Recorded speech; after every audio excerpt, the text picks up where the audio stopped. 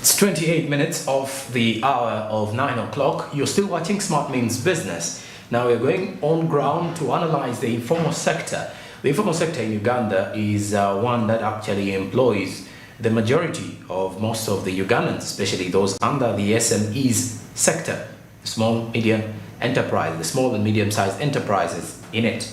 And when you look at the kind of situation that we're actually living in currently, the informal sector does contribute greatly to the country's economy. However, those under the informal sector still finding some challenges, but also not only that, how are they transitioning into business? It's a new year. Where are the chances and where are the opportunities to invest in? This and more with Barija Andrew on ground this morning.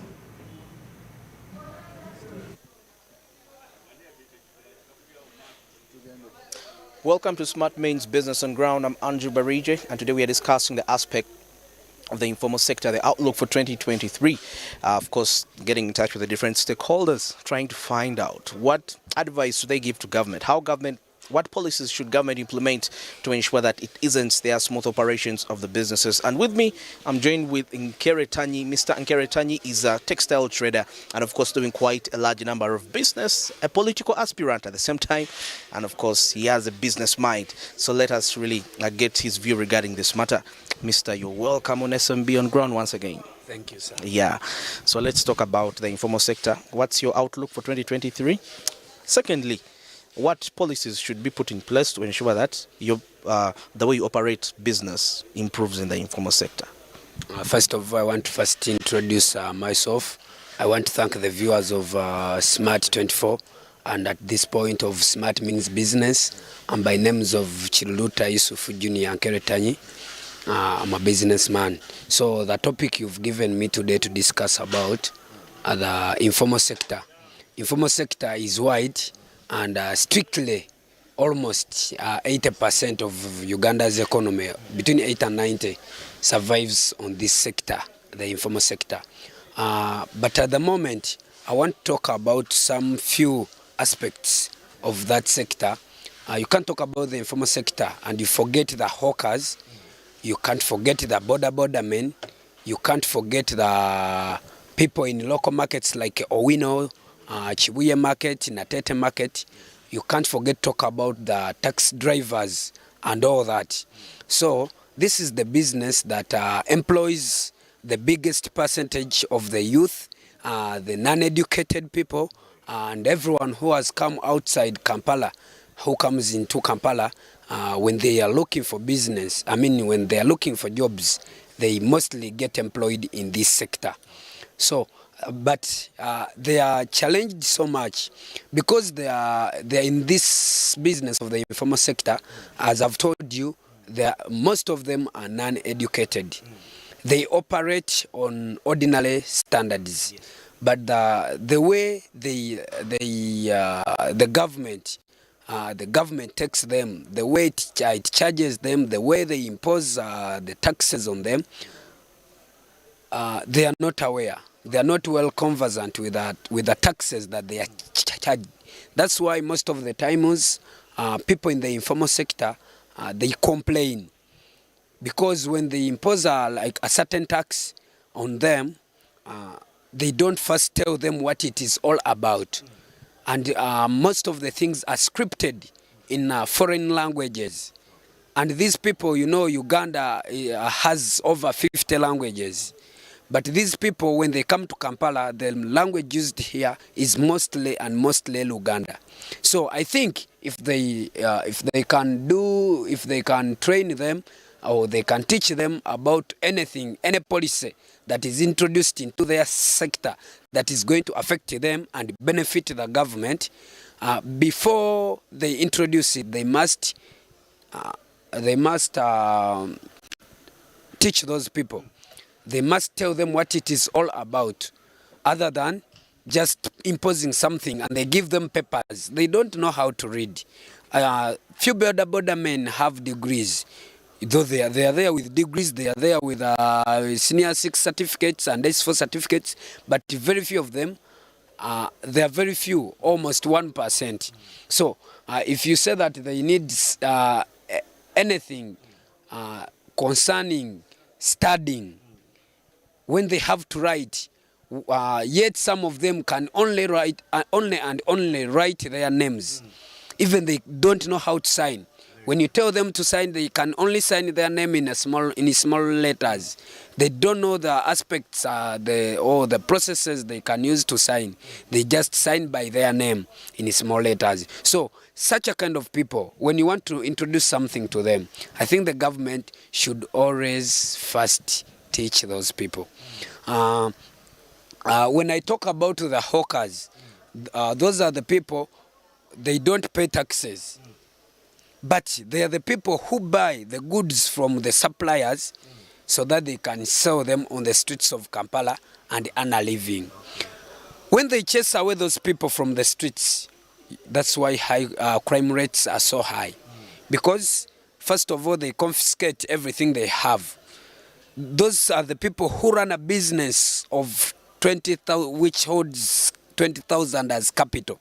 When they expect to get 25,000, you get they use very, very little capital, but they get little profit so that they can survive. Most of those people are youths. Others that have been street kids. Others have lost their parents. They were left stuck in the world. They had nothing to do. So they came out to Kampala. They looked for the jobs. They failed to get them. Others have degrees, by the way. Those hawkers you see, they have degrees. They go to after getting out of campus, they looked for jobs. The unemployment, they were ready to get employed, but the jobs that were there, they couldn't favor them. You understand? So they are voluntarily unemployed. They are voluntarily unemployed because of the available wages, which do not satisfy them. They come to the shops, they look and start a certain business. They think, if I get out of this shop, I move on the streets with my shoes, I can sell to those people in the arcades who don't have time to go downtown. When you find them moving with their shoes, these people of KCCA, they chase them away. But without a solution, yes, if you think what they are doing is wrong because you want your taxes, but you've not sensitized them and you've not created a place where you're going to put them so that they can earn a living. When you chase them away, others are imprisoned. They take 4 years, 5 years. Their future is on hold. Yes, it's put on hold. Not even just on hold. It's spoiled. Because their parents, some of those, like, let's say the educated ones, their parents put a lot of money to educate such people. Okay. So, but when they come to Kampala and they get imprisoned, then their parents also lose hope. They start then again to sell what they have so that they can rescue their son or daughter. So this sector is so challenged here in Uganda, but the government should think twice before exerting pressure on such people, because the border men, the taxi drivers, people we know have had the suppliers of firewood, beans, maize. Those are also people in the informal sector. They must have TIN numbers so that they can pay the taxes. You understand? Yes, but what are you going to create in this country where there is a lot of inflation? The government should think and respect this sector because it introduces the biggest percentage on the Uganda's economy. Okay. When you look at the national budget, besides the money that is borrowed from either World Bank, IMF, from the donors and whatnot, the taxes and all the money that is collected comes from this sector. Look at the agriculture sector. It lies under the informal sector, but you look at the way it is crippled. People are not sensitized. Do we still have matoke? We used to buy a bunch of matoke at 10,000. The one we used to buy at 10,000 is now at 50,000. But the one who sell it at 50,000, the farmer there in the village, they bought it from him at 7,000. They come to Kampala and sell it at 50,000. So when someone is in the village and hears that a bunch of matoke in Kampala is at 50,000, yet they buy it from him at 7,000.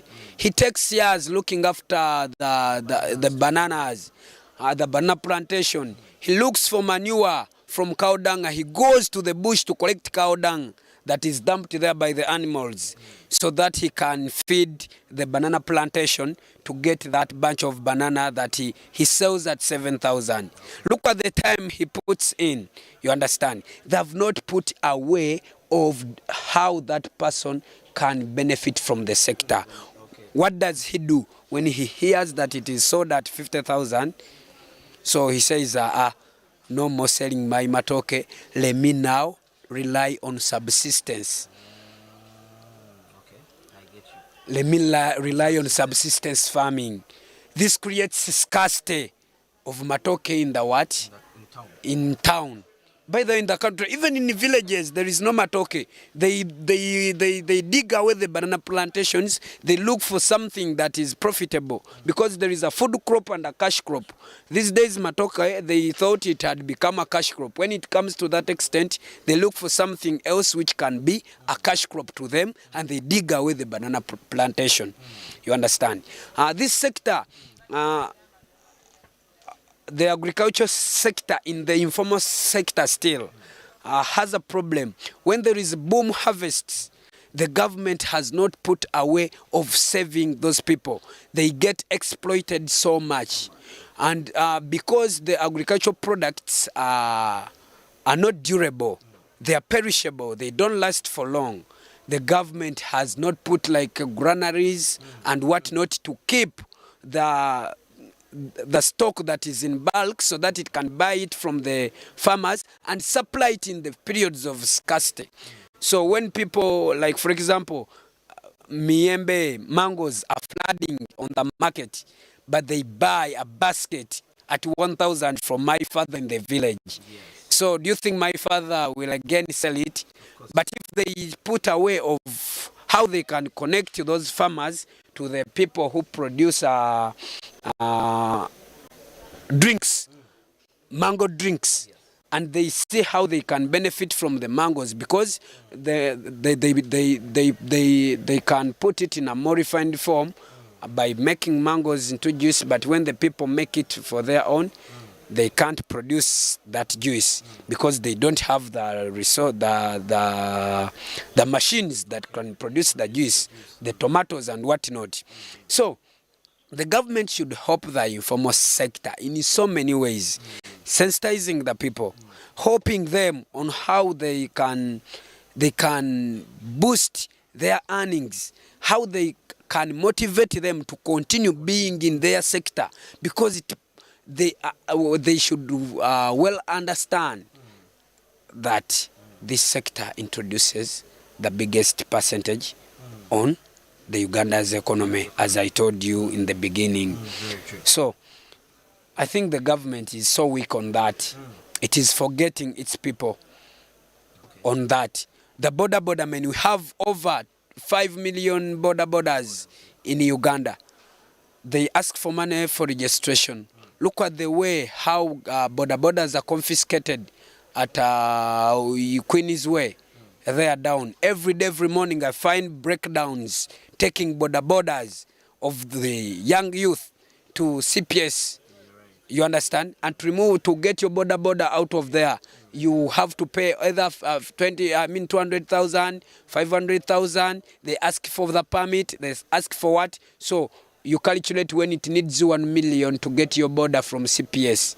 Yet that border man survives on 20,000 a day. Don't you see that you're discouraging such people? Some are having borders on loans. You understand? So this sector is underlooked. It is underdeveloped, but even the people have not been helped.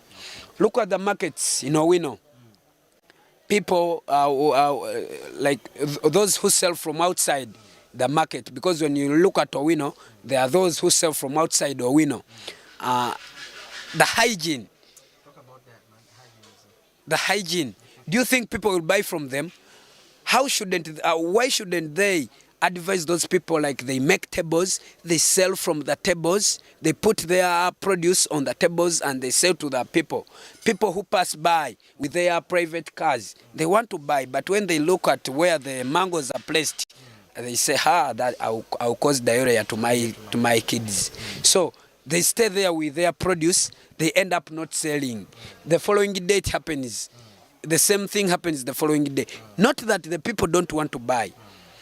And because these people are not sensitized, they don't know how to do it to a greater standard.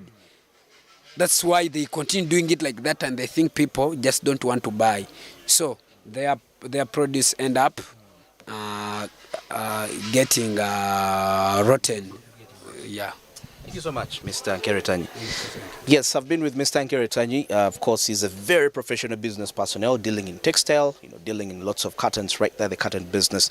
And of course, he's also a political aspirant, Yeah, and of course, we've been discussing the informal sector, what should be done to ensure that 2023 is actually a smooth run over in terms of business operations of the sector. Andrew Barije, SMB on ground.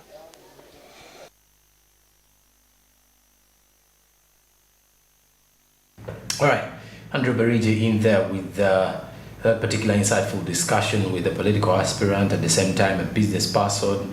All you need to realize something from a young man who is actually putting all the odds out there. But besides the kind of situation, looking at the informal sector, I believe almost the entire business community in the CBD, especially those who are actually operating outdoor businesses, then there are those who are actually operating on a small scale, having their shops, their boutiques in arcades, or are running business in arcades and all that. All those are people who are actually under the informal sector, which is employing quite a number of the Ugandans in there, if I'm to put it in that way. But of course, the informal sector in Uganda is one of those that we need to look at, especially when it comes to the kind of challenges that they face into Uganda's economy today, which as well include taxes and all that. So it is something that the government has to come part. When you look at the size of Uganda's informal economy, it is actually estimated to be around 34.4%, which represents approximately $55 billion at the GDP levels in the country. And when I'm to break down for you some of the examples of these businesses, women who do businesses in the markets and all those, and of course we've got those who are actually selling the casual shops or casual retail shops, what we call as the Buduka, the Wanainchi as well, Omuntu Wawansi. These are all people who are forming up the informal sector. It is a sector that literally needs a lot of skill and less of the experience or documents if you want to at least achieve, but you need to be skilled and you need to have that desire to learn if you want to ever achieve in this particular sector. Not only that though, it also takes us back to the level of aggressiveness for you as an individual.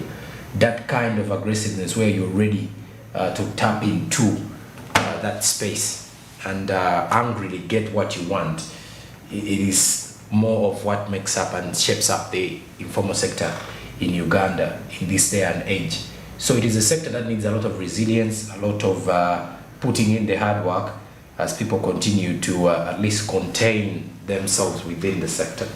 So probably that's something that you should be having at the end of the month, at the back of your mind when it comes to moving forward into the sector. But it does employ quite a number of Ugandans, and just recently Uganda's economy was boosted as much by the 28% of the informal sector. These are 28% of the unregistered businesses who performed so well last year. If you look at the details from the scale of how the business performance in Uganda as of 2022, when you look at the latest figures, show that 29% of 2.2 million businesses in Uganda are unregistered, and most of these are informal businesses, and they registered a 29% contribution to the GDP. However much now that the taxman is actually looking forward to see how they pay taxes directly, because there are quite a number of those in the country. And that is it for Smart Means Business today, 31st of January. I do hope the month of January has been able to at least give you a glimpse of what to expect this year, or it is actually giving you a test of how to survive in the hard times and in the good times. I'm wishing you a happy new month of February, as we will be ushering into one tomorrow. But not only that, you should be able to at least realize there's a lot of potential coming up in the year 2023.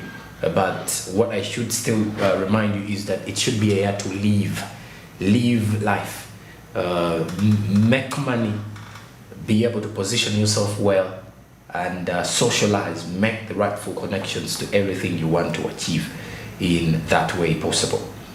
And as I'm summing it up, remember to as well invest in government bonds, and as well invest in securities and all those available on the Zabu platform. Zabu is a platform powered by Altex East Africa. Altex East Africa says do something new. Zabu says my money, my future. Star 292 hash is the USSD code, buy, sell, shares, government bonds, securities, and all that. Invest that money into something. The minimum amount of money if you want to invest in government bonds is 15,000 Ugandan shillings on the platform on Zabu. These markets open at 8:15 a.m. and close at 3:15 p.m. East African Standard Time. So choose wisely on how to invest your money. The markets open at 8:15 and close at 3:15 p.m. and also fully closed during the weekends and on public holidays.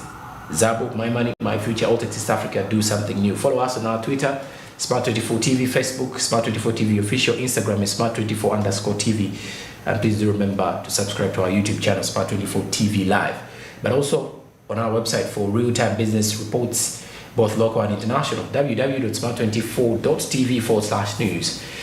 This is Smart Means Business, and we are out here with 9 minutes to the top of the hour. I'm Jerome Paul Sonko. Have a good day and good morning.